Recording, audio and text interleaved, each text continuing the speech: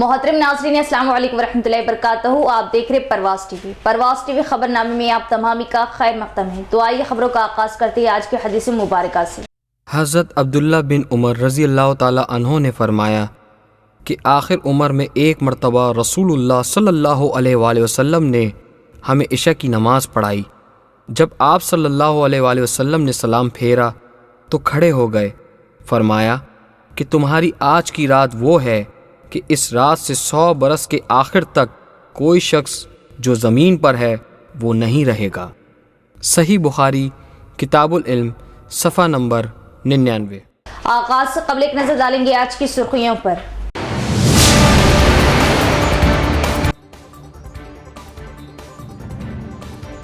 तलबा को मेन्यू के मुताबिक सेहत से भरपूर ग़िज़ा फराहम किए जाए और स्कूल के तमाम मसाइल जल्द हल किए जाए। जिला collector Rajiv Gandhi Hanumanthu Dichpally residential girls school व कॉलेज का किया दौरा।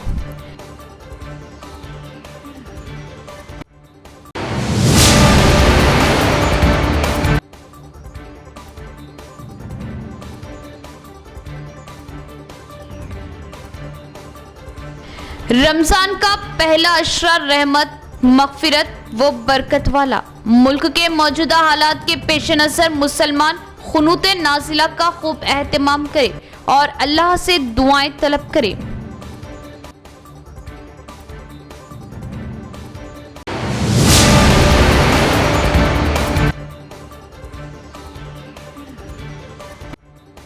लोक अदालत मुकदमात का मुस्तकिल हल। किसी भी किस्म के तनाज़ात को फौरी हल करने फरीक़ैन इस माह की 8 तारीख को होने वाले कौमी लोक अदालत से इस्तेफ़ादा करें। District chief justice Sunita कुंचाला।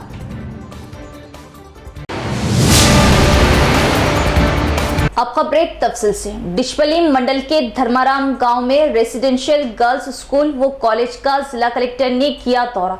तलबा को मेनू के मुताबिक ग़िज़ा से भरपूर ग़िज़ा फराहम करने का ओहदेदारान को मशवरा दिया और 10वीं जमात के तलबा के लिए खुसूसी क्लासेस मुनक़िद करने का हुक्म दिया। कलेक्टर राजीव गांधी हनुमंतु ने डिचपल्ली मंडल के धर्माराम गांव में समाजी बहबूद गर्ल्स रेसिडेंशियल स्कूल व कॉलेज का दौरा किया। कॉलेज के किचन, डाइनिंग हॉल, क्लासरूम्स और स्टोर रूम्स का मुआयना किया। उन्होंने इस्तिफसार किया कि क्या तलबा की तादाद के मुताबिक क्लासरूम्स और दीगर सहूलियात दस्तयाब हैं। चावल के ज़ख़ीरे, सब्जियों के मियार और सामान के स्टॉक का मुआयना किया। कुकिंग ऑयल, दूध, फलों और चिकन, अंडों की क्वालिटी चेक करने के बाद कलेक्टर ने मुंतज़मीन को मशवरा दिया कि वो किसी भी हालत में एक्सपायर शुदा मसनूआत इस्तेमाल ना करें। स्कूल को गैर मियारी चावल और दीगर सामान औलाट होने की सूरत में मंडल हुक्काम से शिकायत करने का मशवरा दिया। कलेक्टर ने स्कूल कॉम्प्लेक्स और गर्द व नवा को साफ़ सुथरा रखने और खाने पीने की अशिया को आलूदा ना होने का ख्याल रखने का हुक्म दिया और मशवरा दिया कि तलबा को मेनू के मुताबिक ग़िज़ा से भरपूर खाना फ्राहम करें। चूँकि इंटर इम्तिहानात शुरू हो चुके हैं, 10वीं जमात की लड़कियों के लिए आइंदा सालाना इम्तिहानात के लिए खुसूसी क्लासेस करने का हुक्म दिया। उन्होंने कहा कि स्कूल में नकासियाब के निज़ाम को बेहतर बनाने के लिए फौरी काम किया जाए। खबर अज़ी कलेक्टर ने रिहायशी स्कूल में जारी इंटर इम्तिहानी मरकज़ का अचानक मुआयना किया। उन्होंने मुतल्लिक़ा कमरों का दौरा किया और इम्तिहानात के इनेकाद और CC कैमरों के काम काज का जायज़ा लिया। नक़ल नवेसी के बग़ैर सख्त चौकसी बरकरार रखने का हुक्म दिया। सेलफोन को किसी भी हालत में अंदर जाने की इजाज़त ना देने का मशवरा दिया। इस मौके पर कलेक्टर के हमरा प्रिंसिपल माधवी लता, मुकामी अफसरान दीगर भी मौजूद थे। पसमानदा तबक़ात के तहफ़्फ़ुज़ात में इजाफ़े के लिए तेलंगाना असम्बली में अलहदा बिल्स पेश किए जाएँ। BRS पसमानदा तबक़ात को बाइख्तियार बनाने के लिए मसरूफ़ अमल। दूसरी जमातें सिर्फ वोट के हुसूल की ख्वाह। दोनों कौमी जमातों कांग्रेस और BJP पर के कविता की शदीद तनक़ीद। राहुल गांधी OBC हुकूक़ की बात करते हैं, लेकिन क्या रियासत में अमली इक़दामात किए जाएंगे? रियासत को खुला चैलेंज की कविता की प्रेस कॉन्फ्रेंस। रुकने कानूनसाज कौंसिल BRS कल्वाकुंटला कविता ने तेलंगाना हुकूमत से मुतालिबा किया कि वो तालीम, मुलाजमत और बल्दी इंतखाबात में पसमानदा तबक़ात BC के लिए तहफ़्फ़ुज़ात में इजाफ़े के लिए 3 अलहदा बिल्स पेश करें। उन्होंने कहा कि तेलंगाना हुकूमत ने खुद एतराफ़ किया है कि BCs की आबादी रियासत में 46% है। अगर वो वाकई समाजी इंसाफ के लिए संजीदा है तो हमारा मुतालिबा है कि तालीम, मुलाजमत और बल्दी इदारों में रिजर्वेशन के लिए अलहदा बिल्स पेश किए जाएँ। साबिक़ रुकने पार्लियामेंट निज़ामाबाद के कविता कविता ने पुरजोर अंदाज में कहा कि अगरचे तालीम और मुलाजिमत में 46% रिजर्वेशन की फ्राहमी कानूनी तौर पर पेचीदगी का बास हो सकती है, लेकिन बल्दी इदारों में रिजर्वेशन मुकम्मल तौर पर रियासत के दायरे अख्तियार में आता है, जैसा कि आइन के आर्टिकल 243 जी में वाजे किया गया है। उन्होंने कहा कि मजालिस मुकामी इदारों का मामला रियासत के दायरे अख्तियार में आता है और यहाँ किसी कानूनी रुकावट की कोई गुंजाइश नहीं। अगर कांग्रेस हुकूमत वाकई राहुल गांधी जी के पसमानदा तबकात को बाइख्तियार बनाने के विजन पर एखान रखती है तो उसे महज दावे नहीं बल्कि अमली इक़दामात करने होंगे। कौंसिल इंतखाबात में बीजेपी के मुजाहरे पर तबसरा करते हुए कविता ने कहा कि इन इंतखाबात के नताइज हकीकी जमहूरियत की अक्कासी नहीं करते। उन्होंने कहा कि किसी भी पार्टी ने बीसी उम्मीदवार को टिकट नहीं दिया, दोनों कौमी जमातों ने आलाजात के उम्मीदवारों को मैदान में उतारा। BRS ने इंतखाब में हिस्सा नहीं लिया, जिसकी वजह से सूरत हाल बदल गई। जब हमने BC इत्तेहाद की अपील की तो एक BC उम्मीदवार सामने आया और मजबूत मुकाबला किया। अगर किसी भी कौमी जमात ने BC नुमाइंदगी की हकीकी हिमायत की होती तो नताइज मुख्तलिफ होते। कविता ने कहा कि अमेरिका में मुकीम हिंदुस्तानी तलबा को ये भी यकीन दिलाना चाहती हूँ कि वो हरगिज़ खौफजदा ना हो, अज़्म वो हौसले के साथ रहे। मुझे यकीन है कि भारतीय सिफारत खाना और हुकूमत इस मुश्किल वक्त में आपके साथ खड़ी होगी। ప్రభుత్వం సీరియస్గా ఉంటే నిజంగా చిత్తశుద్ధితో ఉంటే ఒకటి కాదు 3 బిల్లులు పెట్టాలి. ఒకటి ఎడ్యుకేషన్ కోసం పెట్టాలి, ఎందుకంటే ఎడ్యుకేషన్లో 46% రిజర్వేషన్ ఇవ్వాలి అంటే అది కంకరెంట్ లిస్ట్లో ఉంది. మన రాష్ట్ర ప్రభుత్వం కేంద్ర ప్రభుత్వం కలిసి చేయాల్సి ఉంటుంది. సో దానికి సపరేట్ బిల్లు పెట్టుకోవాలి. ఎంప్లాయ్మెంట్ కూడా కంకరెంట్ లిస్ట్లో ఉంది, అంటే రాష్ట్రం కూడా బిల్లులు మీద చట్టాలు చేయొచ్చు, ఈ అంశం మీద చట్టం చేయొచ్చు, ఉద్యోగాల మీద కేంద్రం కూడా చట్టం చేయొచ్చు. కాబట్టి దాన్ని సపరేట్ గా పెట్టాలి. లోకల్ బాడీస్ లో ఏదైతే స్థానిక సంస్థలలో బీసీలకు రిజర్వేషన్ ఇస్తామని కాంగ్రెస్ పార్టీ చెప్పిందో, ఏదైతే రిపీటెడ్ గా రాహుల్ గాంధీ గారు చెప్తా ఉంటారో, అది కంప్లీట్ గా కూడా రాష్ట్ర ప్రభుత్వం చేతిలో ఉన్నటువంటి అంశం. కాబట్టి దీన్ని కూడా సపరేట్ బిల్లు పెట్టాలని చెప్పి నేను డిమాండ్ చేస్తా ఉన్నాను. ఇదివరకు కేసీఆర్ గారు ఉన్నప్పుడు 50% మహిళలకు అర్బన్ లోకల్ బాడీస్ అంటే మున్సిపాలిటీస్ లో రిజర్వేషన్ ఇచ్చినప్పుడు కూడా మనము రాష్ట్రంలోనే చేయడం జరిగింది. దానికి సంపూర్ణంగా హక్కులు ఉన్నాయి. కేంద్ర ప్రభుత్వం కూడా ఇది కంప్లీట్ గా రాష్ట్రాలకు సంబంధించిన అంశం అని చెప్తుంది. కాకపోతే ఇప్పుడున్న ప్రభుత్వం ఏం చేస్తుందంటే అన్ని కలిపి ఒకటే బిల్లు పెట్టి లోకల్ బాడీస్ లో బీసీలకు రిజర్వేషన్ ఇవ్వద్దు అనేటటువంటి కుట్ర తెరలేపేటటువంటి ప్రయత్నం చేస్తుంది. కాబట్టి నేను రాష్ట్ర ప్రభుత్వం డిమాండ్ చేస్తా ఉన్నాను. ఈ బిల్లులు తయారు చేసేటటువంటి అధికారులను, న్యాయ నిపుణులను కూడా నేను రిక్వెస్ట్ చేస్తా ఉన్నాను, ఒకటి కాదు 3 బిల్లులు పెట్టించండి. ఎందుకంటే అనేకమైనటువంటి కోర్టు కేసులు పెండింగ్ లో ఉన్నాయి. ఏదో ఒక కేసు అట్రాక్ట్ అవుతుంది. కాబట్టి దయచేసి ఇది చాలా పెద్ద అంశం, గంభీరమైనటువంటి అంశం, 50% పైచిలుకున్నటువంటి బీసీలకు సంబంధించినటువంటి అంశం. కాబట్టి దీన్ని మీరు చాలా సీరియస్ గా తీసుకోండి. సపరేట్ బిల్లులు పెట్టండి. న్యాయపరమైనటువంటి చిక్కులు వస్తే ఏదన్నా ఒక బిల్లు ఆగుతుంది, కానీ అన్ని ఆగవు. కాబట్టి 3 బిల్లులు పెట్టాలని చెప్పి నేను ప్రభుత్వాన్ని డిమాండ్ చేస్తా ఉన్నాను. ఇవాళ రాష్ట్ర వ్యాప్తంగా ఉన్నటువంటి ప్రజాస్వామ్య వాదులందరూ కూడా ఆలోచించాల్సినటువంటి అంశం. ఈ ఎమ్మెల్సీ ఎన్నికలలో జరిగిందేంది? బీఆర్ఎస్ పార్టీ పోటీ చేయలేదు.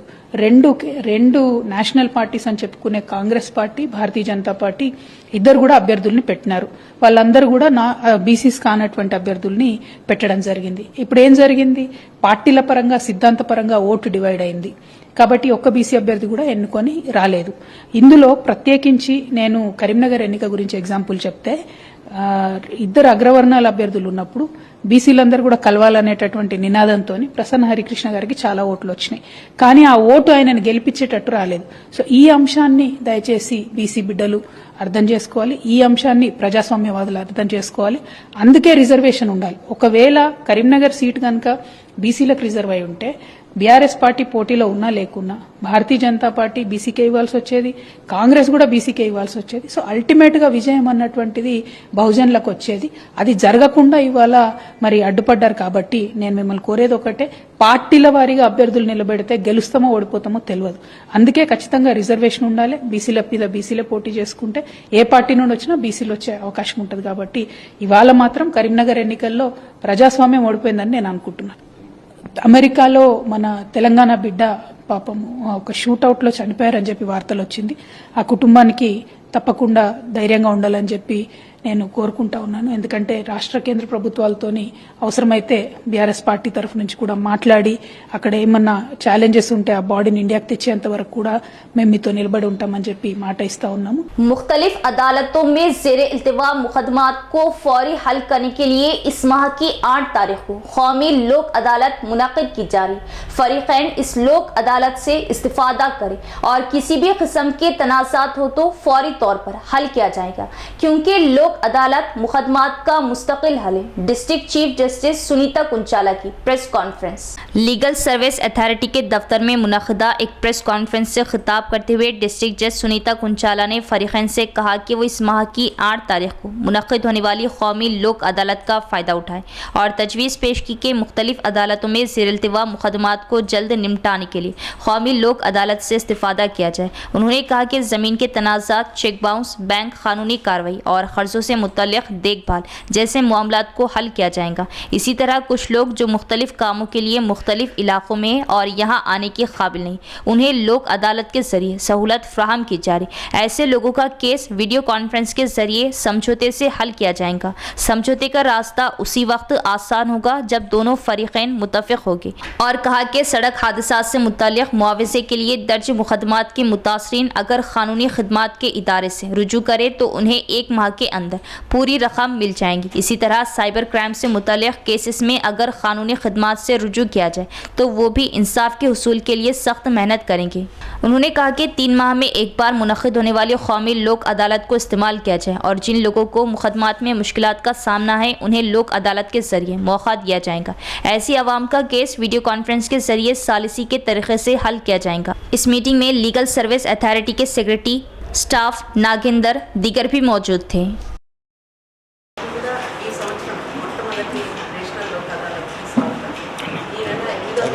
శనివారం రోజు మనం ఎప్పటికంటే ప్రతి 3 నెలలకి ఒక లోక్ అదాలత్ జరుపుకుంటున్నాం కాబట్టి ఈ సంవత్సరంలో మొట్టమొదటిసారిగా 8 మన నేషనల్ లోక్ అదాలత్ జరుపుకోవడం జరుగుతుంది. ఎప్పటిలాగే నిజామాబాద్ 6 అలాగే బోధన్ కోర్టులో బెంచెస్ వేయడం జరిగింది. అక్కడ న్యాయ సేవాధికారి సంస్థ సిబ్బంది, ఆఫీసర్లు అందుబాటులో ఉంటారు. అలాగే ప్రతి లోక్ అదాలత్కి చేస్తుందంటే మనం పోలీసుల సహకారంతో ఈసారి కూడా ఎక్కువ సంఖ్యలో కేసులు రాజీ చేసే ప్రయత్నం చేస్తున్నాము. కొత్తగా అంటే లోక్ అదాలత్ గురించి తెలియని వాళ్ళ కోసం మరొకసారి లోక్ అదాలత్ గురించి తెలియజెప్పే ప్రయత్నం చేస్తున్నాము. లోక్ అదాలత్లో మనం రాజీ పడదగ్గ క్రిమినల్ కేసులు, సివిల్ కేసులు అంటే భూమి తగాదాలు లాంటివి, మెయింటెనెన్స్ కేసులు, అట్లాగే చెక్ బౌన్స్ కేసులు, తర్వాత బ్యాంకుకి సంబంధించి లావాదేవీలకి సంబంధించి ఏమైనా కేసులు అంటే రైతులు కానీ ఎవరో ఒకరు చిన్న చిన్న వ్యాపారాలు చేసుకునే వాళ్ళు రుణాలు తీసుకొని ఉంటారు బ్యాంకులో. కొన్ని పరిస్థితుల్లో వ్యాపారం సరిగా జరగకపోవడమో లేకపోతే పంటలు పండకపోతేమో రుణం కట్టే పరిస్థితి ఉంటుంది. సో బ్యాంక్ నోటీసులు వస్తాయి. వాళ్ళు లీగల్ యాక్షన్ తీసుకునే లోపు మనం కనుక ఈ కేసు రాజీ చేసుకోదలుచుకుంటే మీరు మా న్యాయసేవాధికార సంస్థని సంప్రదిస్తే ఖచ్చితంగా బ్యాంకు వాళ్ళతో మాట్లాడి మీ రుణాన్ని అంటే ఇంట్రెస్ట్ తగ్గించడము లేకపోతే వాయిదాల పద్ధతిలో కట్టే ఏర్పాటు చేయడము ఇట్లాంటివి వెసులుబాటు కల్పించే అవకాశం ఇచ్చుకుంటే ఇప్పుడు ఫర్ ఎగ్జాంపుల్ ఒక యాక్సిడెంట్ కేసులో ఒక 50 లక్షలు రావాల్సి 50 లక్షలు మీరు అడుగుతున్నారు. కోర్టులో పిటిషన్ ఫైల్ చేశారు, ఫైల్ చేశారు. ఆ కోర్టులో కేసు నడవడానికి తగినంత సమయం పడుతుంది. నోటీసులు వెళ్ళాలి, అవతల వాళ్ళు రావాలి, కౌంటర్ వేయాలి, మీ ట్రయల్ మీరు సాక్ష్యం చెప్పాలి, అవతల వాళ్ళు సాక్ష్యం పెట్టాలి, జడ్జిమెంట్ రావాలి, వీటన్నిటికీ టైం పడుతుంది. మీరు అడిగిన 50 లక్షలు కోర్టులో ఇచ్చామనుకోండి, ఇన్సూరెన్స్ కంపెనీ వెళ్ళేదానికి అవకాశం ఉంటుంది. ఇన్సూరెన్స్ కంపెనీ వాళ్ళు అప్పీల్కి వెళ్తే హైకోర్టులో మళ్ళీ అప్పీల్ తేరడానికి కొంత టైం పడుతుంది. అప్పటి వరకు మీకు చేతికి డబ్బులు. అలా కాకుండా మీరు న్యాయ సేవాధికార సంస్థ ద్వారా ఈ కేసును రాజీ చేసుకుంటే మీరు 50 లక్షలు అనుకున్నది ఒక 45 లక్షలు, 48 లక్షలు అంటే మీకు అనుకూలమైన అమౌంట్ దగ్గర ఈ రాజీ చేసుకున్నారనుకోండి, ఈ డబ్బులు మొత్తం ఒకేసారి మీకు చేతికి చేయడం జరుగుతుంది.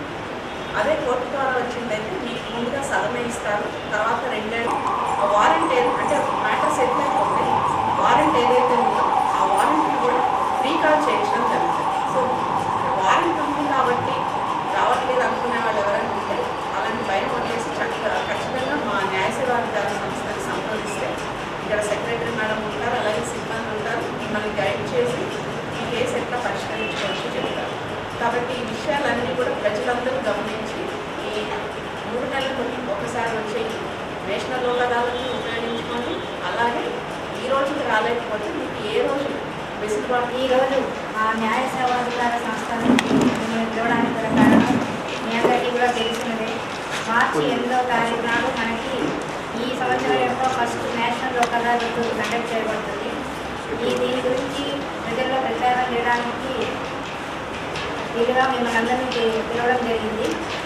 దాని గురించి వివరాలు మన chairperson district legal services authority Shrimati Sunitha Unchala గారు చేస్తారు. రీలిటిగేషన్ అంటే అర్థం ఏంటంటే కోర్టులో వేయకముందే ఒక ఇద్దరి మధ్య అండర్స్టాండింగ్ ఉంటే ఏదైనా ఒక అవార్డు ద్వారా మాకు నమ్మకం ఉంటుంది రాయించుకోవాలి అనుకుంటే ఆ పార్టీకి వచ్చి రీలిటిగేషన్ ఒక పార్టీ వేసినా ఇంకో పార్టీతో మాట్లాడి మన మామూలు కేసులు ఎట్లా అయితే ఇద్దరితో మాట్లాడి సెటిల్మెంట్ చేస్తామో అదేవిధంగా రీలిటిగేషన్ కోర్టు ఫీజులు కట్టక్కర్లేదు. మామూలు ఒక కాగితం మీద అప్లికేషన్ రాస్తే కూడా వాళ్ళిద్దరి ప్రయోజనం ఉంటే అది కుదిర్చి మనం ఒక అవార్డు పాస్ చేయడం జరుగుతుంది. ఈ అవార్డు కూడా సుప్రీంకోర్టు జడ్జిమెంట్కి ఎంత వాల్యూ ఉంటుందో ఈ అవార్డు కూడా అంత వాల్యూ ఉంటుంది. కాబట్టి ప్రజలు రీలిటిగేషన్ అంటే కోర్టు దాకా వెళ్ళకుండా కూడా ఈ న్యాయ సహకార సంస్థల కింద మీరు లిటిగేషన్ని ముందే పరిష్కరించుకునే అవకాశం కూడా ఉంది. అదేవిధంగా రిఫండ్ ఆఫ్ కోర్టు ఫీ అనేది కూడా ఉంటుంది. పెండింగ్ కేసులు చేసినట్టు మనం ఎన్ని ఓటీలో కనుక కేసుని రాజీ పడితే ఈ కేసులో మీరు అంతకంటే ముందు కోర్టు కేసు కట్టినటువంటి కోర్టు ఫీ కూడా రిఫండ్ చేయబడుతుంది. అవార్డు అవ్వడమే కాకుండా అవార్డు అయితే మీకు ఇమీడియట్ డబ్బులు అవ్వడమే కాకుండా మీరు అంతకుముందు కట్టినటువంటి కోర్టు ఫీ కూడా రిఫండ్ చేయబడుతుంది. కాబట్టి ప్రజలందరూ शहर के एनटीआर चौरास्ते पर ट्रैफिक पुलिस ने कवायद के खिलाफ बाइक पर नस्ब साइलेंसर को रोड रूरल से रोंदा। जायद साइलेंसर वाली गाड़ी पर कार्रवाई करने का इंतबाह। ट्रैफिक पुलिस ने कवायद के खिलाफ बाइक पर नस्ब साइलेंसर को तबाह कर दिया। जुमेरात को शहर के एनटीआर चौरास्ते पर बाइक के साथ लगे साइलेंसर को हटा दिया गया और उन्हें रोड रूरल से तोड़ दिया गया। इस मौके पर एसीपी नारायणा, ट्रैफिक सीआई प्रसाद, एसआई सुमन, चंद्रशेखर, पुलिस और दीगर भी मौजूद थे। तेलंगाना के करीमनगर, मेदक, निजामाबाद और आदिलाबाद ग्रेजुएट एमएलसी इंतखाबात में बीजेपी के ताइदी उम्मीदवार अंजी रेड्डी ने शानदार कामयाबी हासिल की, जिससे बीजेपी कायदीन में खुशी की लहर। तेलंगाना के करीमनगर, मेदक, निजामाबाद और आदिलाबाद ग्रेजुएट एमएलसी इंतखाबात में बीजेपी के ताइदी उम्मीदवार अंजी रेड्डी ने शानदार कामयाबी हासिल की। सख्त मुकाबले में वो 6106 वोटों की बढ़तरी से कामयाब रहे। कांग्रेस उम्मीदवार अल्फोरस नरेंद्र रेड्डी दूसरे नंबर पर रहे, जबकि बीएसपी उम्मीदवार प्रसन्ना हरी कृष्णा तीसरे नंबर पर रहे। वोटों की गिनती के दौरान ही कांग्रेस उम्मीदवार नरेंद्र रेड्डी गिनती मरकज से बाहर आ गए। यहाँ लेते एक वक्फा। खतना सेंटर, जी हाँ, निज़ामाबाद में माहिर खतना व हिजामा डॉक्टर हकीम मोहम्मद नईम के ज़ेर निगरानी में खतना रिंग मेथड के ज़रिए की जाती है। खतना के फौरी बाद खून का निकलना मुकम्मल बंद हो जाता है। खतना के बाद तकलीफ़ और इन्फेक्शन का कोई इम्कान नहीं होता। खतना के फौरी बाद बच्चा कपड़े पहन सकता है। ये खतना किसी भी मौसम में की जा सकती है। इसके अलावा हमारे यहाँ पर खतना पट्टी के ज़रिए की जाती है। खतना बग़ैर पट्टी के ज़रिए भी की जाती है। खतना बग़ैर पट्टी स्प्रे के ज़रिए भी की जाती है। याद रखें, खतना हमेशा माहिर जाय या स्पेशलिस्ट के ज़रिए ही करवाएं। खतना आपके मकान पर भी की जाएगी।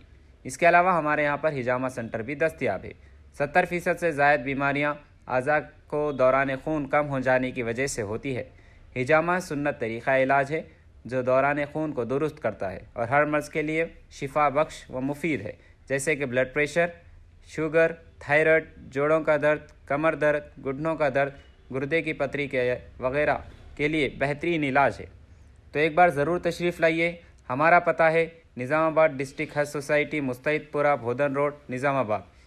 इसके अलावा एक और ब्रांच पर तशरीफ़ लाइए, मस्जिद खतीजुल अब्दुल रहमान, रूबरू महबूब सुबानी छिल्ला, भोदन रोड, निज़ामाबाद। हमारा नंबर है 9886444415 9701319970। वक्फे के बाद दोबारा इस्तकबाल। रमज़ान मुबारक का महीना अल्लाह ताला की ख़ास नेमत। मोमिन इस बाबरकत महीने को ज़ाया ना करे, बल्कि ज़्यादा से ज़्यादा इबादत और नेक कामों में गुजारे। रमज़ान मुबारक का महीना अल्लाह ताला की ख़ास नेमत है, इसलिए उसे गफलत में ज़ाया ना करे, बल्कि ज़्यादा से ज़्यादा इबादत और नेक कामों में गुजारे। हज़रत अबू हुरैरा रज़ियल्लाहु ताला अन्हु से रिवायत है कि रसूल सल्लल्लाहु ताला अलैहि वसल्लम ने फरमाया, जिस शख्स ने ईमान और एहतिसाब के साथ रमज़ान के रोज़े रखे, इसके पिछले तमाम गुनाह माफ़ कर दिए जाते हैं। ये हदीस रमज़ान मुबारक के रोज़ों की अज़मत और उनकी रूहानी बरकत को वाज़े करती है, लेकिन इसमें ईमान और एहतिसाब की जो शर्त बयान की गई है वो एक अहम नुक्ता है। ईमान से मुराद ये है कि रोज़े रखने वाला शख्स अल्लाह ताला के अहकाम पर मुकम्मल यकीन रखे और ये एतक़ाद रखे कि जो कुछ अल्लाह ने नाज़िल फरमाया है वो बरक़ है। और एहतिसाब का मतलब ये है कि बंदा सिर्फ अल्लाह की रज़ा के लिए सवाब की नीयत से रोज़ा रखे, ना कि किसी दुनियावी मकसद या दिखावे के लिए। ईमान के सही इकरार के लिए ज़रूरी है कि मुसलमान दिल से ये माने और ज़ुबान से इसका इजहार करें। एक रिवायत में है कि हज़रत अब्दुर्रहमान बिन औफ रज़ियल्लाहु ताला अन्हु बयान करते हैं कि नबी करीम सल्लल्लाहु ताला अलैहि वसल्लम ने फरमाया, जिसने ईमान और एहतिसाब के साथ रमज़ान के रोज़े रखे वो अपने गुनाहों से इस तरह पाक हो जाता है जैसे अभी माँ के पेट से पैदा हुआ हो। रमज़ान मुबारक की सबसे बड़ी फजीलत को उजागर करती है कि ये महीना अल्लाह की रहमत और मग़फ़िरत का ऐसा ज़रिया है जिसमें बंदा तमाम गुनाहों से पाक हो जाता है। मुल्क के मौजूदा हालात में मुसलमान क़ुनूत नाज़िला और नमाज तरावी के बाद ख़ास तौर पर दुआओं का एहतमाम करें। मुस्लिम पर्सनल लॉ बोर्ड ने मुसलमानों से की अपील।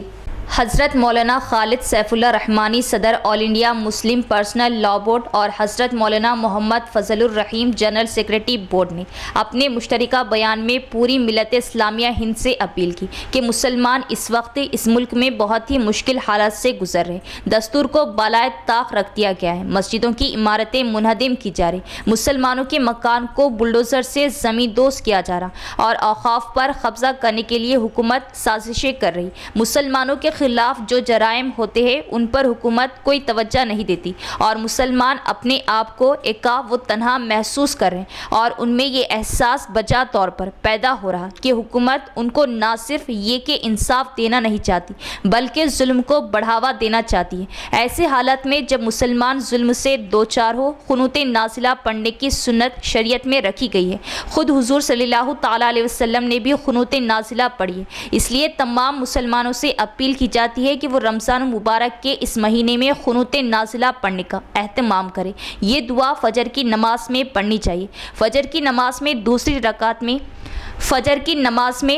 रकात में रुकू से पहले ये दुआ पढ़ी जाए और साथ ही साथ नमाज तरावी के बाद खुसूसी दुआ का एहतमाम किया जाए, क्योंकि अल्लाह ताला ही मुसब्बिबुल अस्बाब है और तमाम परेशानियों और आफात व बलियात को दूर फरमाते हैं। उम्मीद के मुसलमान इस पर तवज्जो देंगे।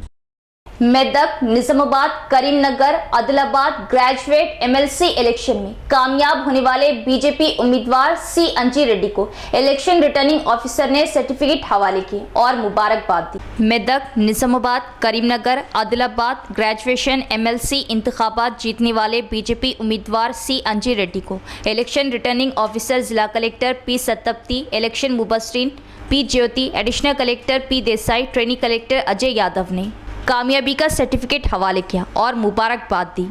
तेलंगाना ग्रेजुएट एमएलसी इंतखाबात में कांग्रेस उम्मीदवार नरेंद्र रेड्डी को शिकस्त और बीजेपी उम्मीदवार अंजी रेड्डी का ऐलान। नताइज के बाद कांग्रेस हामियों में छाई मायूसी। तेलंगाना के करीमनगर, आदिलाबाद, निज़ामाबाद, मेदक हल्के के एमएलसी इंतखाबात में शिकस्त के बाद कांग्रेस उम्मीदवार नरेंद्र रेड्डी जज्बाती होके और भरी महफिल में रो पड़े। वोटों की गिनती मुकम्मल होने के बाद जब बीजेपी उम्मीदवार अंजी रेड्डी की जीत का ऐलान हुआ तो नरेंद्र रेड्डी के हामियों में मायूसी छा गई। शदीद मुकाबले के बावजूद शिकस्त के बाद वो खुद पर काबू ना रख सके और इनके आंसू बह निकले। शिकस्त के गम में नरेंद्र रेड्डी मीडिया से बातचीत के बगैर ही वहां से चले गए। शिकस्त के गम में नरेंद्र रेड्डी मीडिया से बातचीत के बगैर ही वहां से चले गए। पार्टी कारकुनों ने उन्हें तसल्ली देने की कोशिश की, लेकिन इंतखाबी नताइज ने कांग्रेस कैंप में मायूसी फैला दी।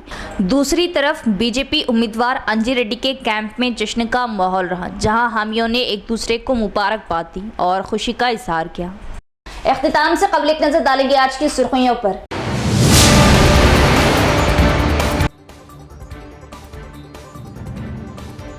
तलबा को मेन्यू के मुताबिक सेहत से भरपूर ग़िज़ा फराहम किए जाए और स्कूल के तमाम मसाइल जल्द हल किए जाए। जिला collector Rajiv Gandhi Hanumanthu Dichpally residential girls school व कॉलेज का किया दौरा।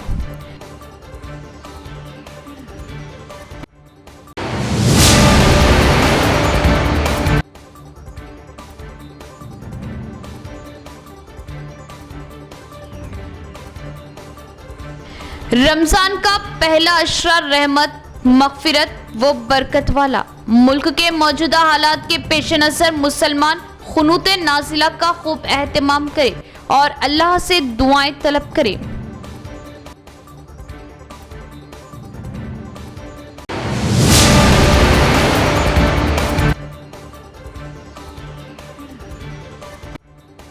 लोक अदालत मुकदमात का मुस्तकिल हल, किसी भी किस्म के तनाज़ात को फौरी हल करने फरीक़ैन इस माह की 8 तारीख को होने वाले कौमी लोक अदालत से इस्तेफादा करे। District chief justice Sunita कुंचाला।